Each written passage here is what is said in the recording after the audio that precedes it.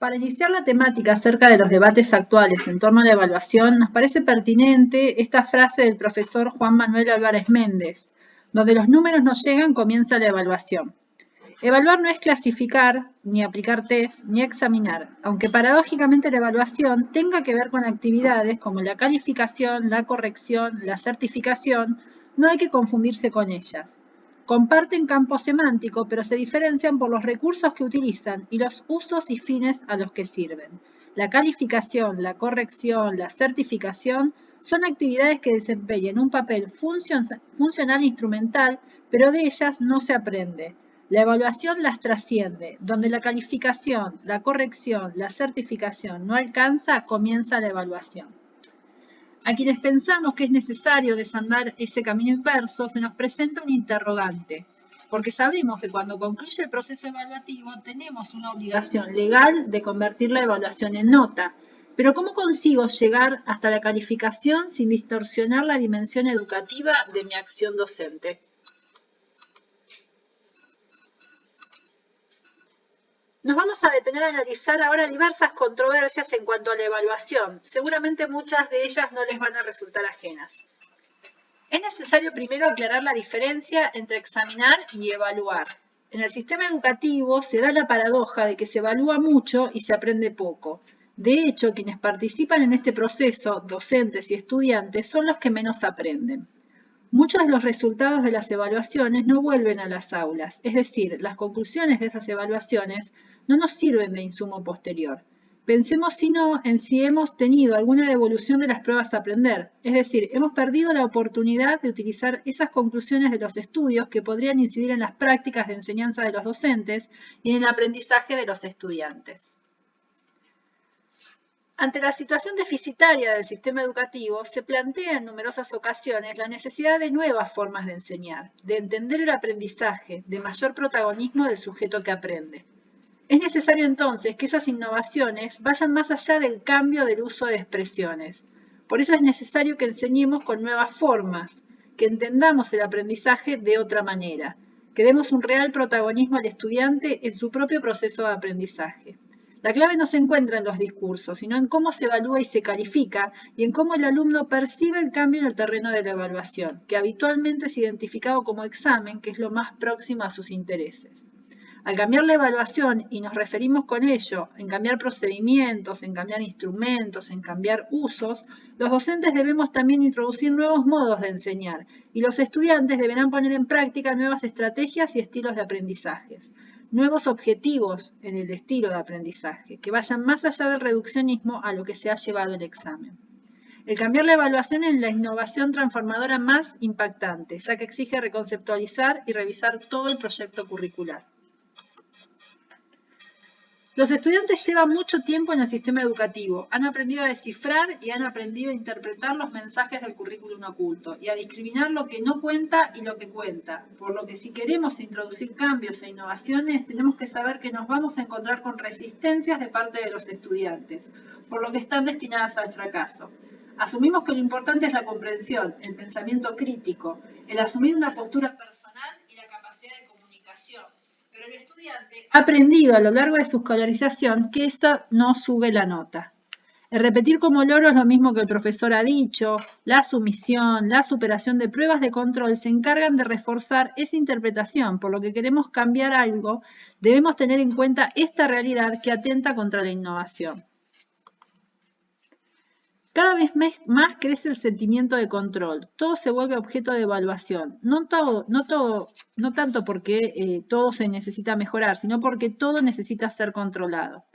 El currículum está cada vez más burocratizado y los profesores somos convocados a actividades de aplicación, no de elaboración y mucho menos de decisión. De esta manera la evaluación se vuelve un ejercicio técnico de auditoría con la intención de controlar en primer lugar a los estudiantes y en segundo lugar a los profesores. Como para cerrar esta primera parte, nos gustó la idea de culminar esta suerte de controversias planteadas en torno a la evaluación con esta frase de Álvarez Méndez. Es necesario tomar conciencia de la necesidad de reivindicar el poder formativo de la evaluación y reivindicar asimismo el lugar preeminente e insustituible que le corresponde en los procesos y en las prácticas de formación, concebida en esta perspectiva como fuente y garantía de aprendizaje. Esto implica el compromiso con las acciones que obligan a prácticas próximas a los sujetos que aprenden. Implica comprender que la evaluación es imprescindible, ya que desde una permanente vigilancia epistemológica y didáctica garantiza los procesos de formación. Con la evaluación se aprende con mayor garantía de éxito y de modo sostenible. Concluimos el momento anterior con una definición de evaluación formativa, pero lejos de las definiciones que tampoco pueden resolver, Álvarez Méndez plantea una serie de rasgos que permiten caracterizar las prácticas de evaluación. Entre los rasgos que queremos destacar, empezamos con la concepción de que la evaluación es ante nada una práctica democrática. Y es democrática ya que alude a la participación de todos los sujetos que se ven afectados por la evaluación, principalmente profesor y estudiante, pero no como meros espectadores, sino como sujetos que participan de las decisiones que se adoptan y les afectan. La evaluación, a su vez, está al servicio de quienes son los protagonistas en el proceso enseñanza-aprendizaje. La evaluación que aspira a ser formativa tiene que estar continuamente al servicio de la práctica para mejorarla y al servicio de quienes participan en la misma y se benefician de ella. Y especialmente debe estar al servicio de los sujetos que aprenden. La evaluación debe ser un recurso de formación y también una oportunidad de aprendizaje. En la evaluación se negocia todo. Esta negociación abarca los criterios que se van a aplicar en el momento de la corrección. La negociación también tiene que estar presente en el momento de la calificación y en el modo que se va a dar la información. Se negocian también las posibilidades de que los estudiantes se impliquen en las decisiones sobre la corrección y la calificación. Y también se negocian los criterios a seguir en caso de no llegar a un acuerdo en la puntuación.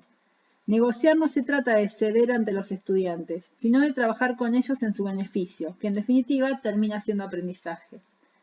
No subestimemos los críticos que son los estudiantes cuando realmente tienen la posibilidad de realizar un análisis introspectivo de sus propios procesos. La evaluación debe ser un ejercicio transparente, por lo que los criterios de valoración y de corrección han de ser explícitos, públicos y publicados, y negociados, como dijimos antes, entre el profesor y los estudiantes. La evaluación forma también parte de un continuum y como tal debe ser procesual, continua, integrada en el currículum y con él en el aprendizaje. Evaluar al final por unidad de tiempo y contenido, es decir, evaluar al final de cada tema explicado, de cada unidad abordada, es llegar tarde al aprendizaje continuo y oportuno. Cuando evaluamos al final de la explicación de un tema, solo llegamos a tiempo para la calificación. Estamos reforzando la concepción de que la evaluación es un proceso de condición de selección y exclusión racional. La evaluación formativa es a su vez motivadora y orientadora. Entender qué es la evaluación formativa es entenderle la literalidad de su expresión. La evaluación que es formativa forma intelectual y humanamente. Toda actividad y toda práctica de evaluación educativa que no forma, que no eduque y de la cual los sujetos no aprendan debe descartarse de los niveles en donde la educación es obligatoria. Es decir, debe ser desterrada de todos los niveles en donde más se la aplica, nivel inicial, primario y medio, ya que la educación es considerada un bien común reconocido universalmente como una garantía para reducir las desigualdades sociales. La educación que no es formativa es contraria a la concepción de la educación como derecho humano. Las técnicas de triangulación refieren al carácter social del aprendizaje. Si los estudiantes habitualmente trabajan en grupo, es coherente que participen en grupo en el momento de la evaluación. Si se acepta que ellos son responsables de su propio aprendizaje, también lo tienen que ser de la evaluación y de su calificación. La presencia de los miembros del grupo con los que el sujeto de evaluación ha trabajado, más la presencia del profesor, puede garantizar formas de participación democrática que refuerzan papeles de responsabilidad asumida y compartida. La triangulación permite garantizar formas de participación democráticas que refuerzan papeles de responsabilidad asumida y compartida. Responsabilidad que asume cada participante. En cuanto a la responsabilidad asumida por los participantes en la enseñanza y en el aprendizaje, tenemos que tener en claro que la responsabilidad del profesor está en garantizar que aquello que los alumnos estudian, leen y aprenden merece la pena ser aprendido. Es decir, merece la pena que sea objeto de aprendizaje. Por eso la responsabilidad de los estudiantes consiste en tomar conciencia de que ellos son los responsables máximos de su propio aprendizaje, como ejercicio de voluntad que es. La evaluación, a su vez, debe estar orientada a la comprensión y al aprendizaje. Esta orientación, que obedece a la racionalidad práctica, busca el entendimiento entre los sujetos que participan en la misma actividad, la comprensión de los contenidos de aprendizaje, acción comunicativa, en la que los argumentos de cada uno de los participantes son los garantes del entendimiento y a la vez aval contra la tentación del abuso del ejercicio irracional del poder, ya que sabemos la relación docente-estudiante es una relación asimétrica. Las tendencias actuales de la evaluación educativa centran la atención en la forma en la cual el alumno aprende, sin descuidar la calidad de lo que aprende. Forma y calidad son parte de un mismo proceso y solo en la unidad mantienen su sentido.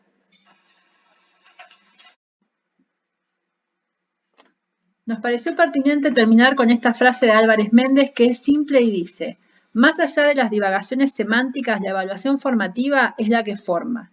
En la práctica, por evaluación formativa debe entenderse aquella evaluación puesta al servicio de quien aprende, aquella que ayuda a crecer y a desarrollarse intelectual, afectiva, moral y socialmente al sujeto.